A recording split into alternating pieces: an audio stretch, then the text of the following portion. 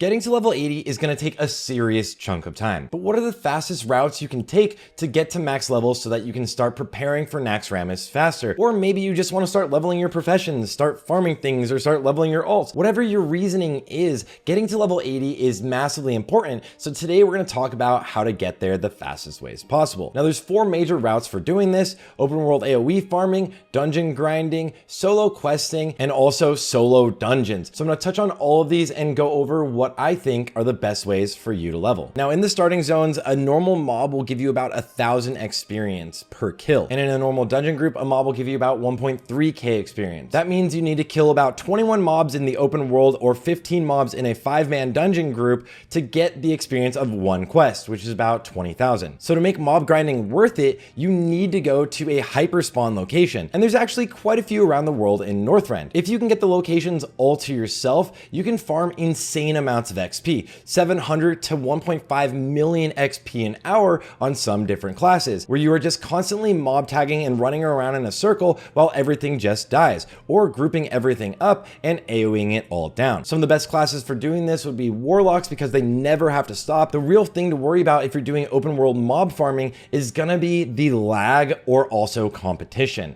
Now, on any of the mega servers, you can absolutely expect other people to be out farming in your location. So if you're not the only person at these hyperspawn mob farms, you might be fighting for tags and you might be losing out on insane amounts of XP per hour. So this massively cuts down the actual viability of these AoE farms. The next thing is going to be dungeon farming. Now, I would highly suggest doing a 4-man group if you're doing dungeon farming, because you can clear these dungeons so quickly as 5-man if you are doing it efficiently that there's pretty much no reason not to just run with 4 people and get more experience. And also, you don't want to risk hitting actual lockout, because then you're going to have to go into the open world, do a little bit of grinding, and come back. As for dungeon experience, or the dungeons you're going to want to be grinding, here is an amazing spreadsheet from Baron, which I'll have a link to his entire guide in the description. That is just phenomenal for seeing exactly how much you need to do for leveling in each level bracket, where he's sending you from 70 to 73 to the Nexus. Then you move on to Kahet, although you will need to run 1 run into Azjal Nerub just to get quests done.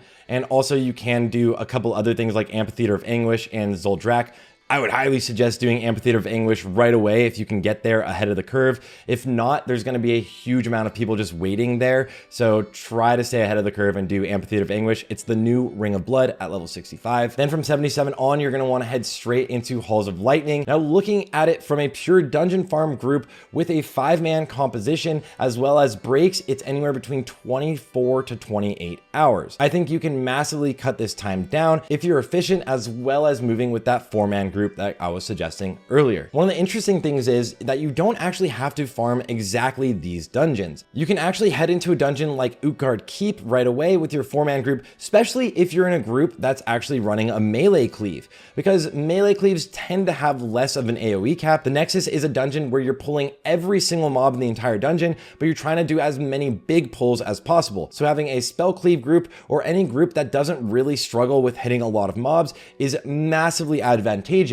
if you're running through the Nexus. But if you're running with something like a Prot Warrior or a Feral Druid, or you're running a melee cleave comp, you might actually see more success running through Utgard Keep. And other than doing dungeons 1 time for any sort of quest, there are absolutely some dungeons I would highly suggest staying away from. Azjal Nerub is terrible XP per hour, Drakthron Keep is terrible XP per hour, Gundrak is actually pretty decent. The Colian Stratholm, Oculus, as well as Violet Hold are terribly slow dungeons. I would highly suggest staying massively away from any of those, other than if you need to do it once for some sort of quest. The next leveling route is questing, which is actually incredibly fast in Wrath of the Lich King. The crazy thing is that Wrath might be the first expansion we've had so far where questing could actually be faster than most dungeon spam groups. For reference, as a fully uncontested blue-geared level 70 Death Knight, you were able to follow the Reset XP quest line and get all the way to level 80 in 19 hours. Now, if you have full gear and consumables, you could even make it to something like theoretically 16 or 15 hours is what Tactics was saying. So that's just with the Rested XP guide itself, which you guys don't need to get, but if you do want it, it is really nice for questing and leveling, and there's a link in the description. But I would highly anticipate the starting leveling zones for questing to be mad crazy. It's going to be so hard to get a tag on things, even with dynamic spawns.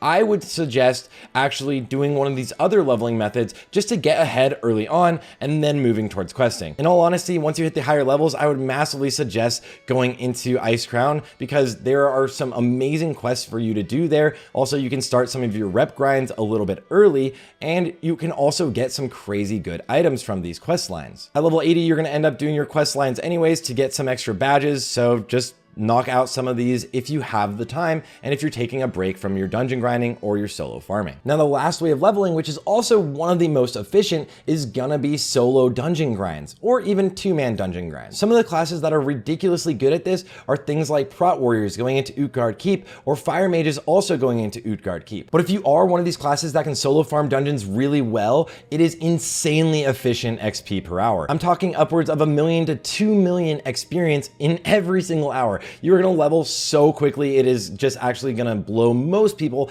out of the water. So if you wanna see some of those classes that can do it really well, I recommend checking out Esquire for Mage. He's doing phenomenal solo farms, but also check out Maltese for Warriors. He's been showing some solo farms all the way up to 80 that are ridiculously fast for Warriors. And that's pretty much everything you need to know to level up all the way to level 80 the most efficient way possible. You're gonna need to decide for yourself what's gonna be the most efficient way of leveling, but I do think most people are gonna end up doing more of dungeon farming because open world can be a little bit more contested on launch. Anyways, I'll see you guys all on the next one, and good luck out there.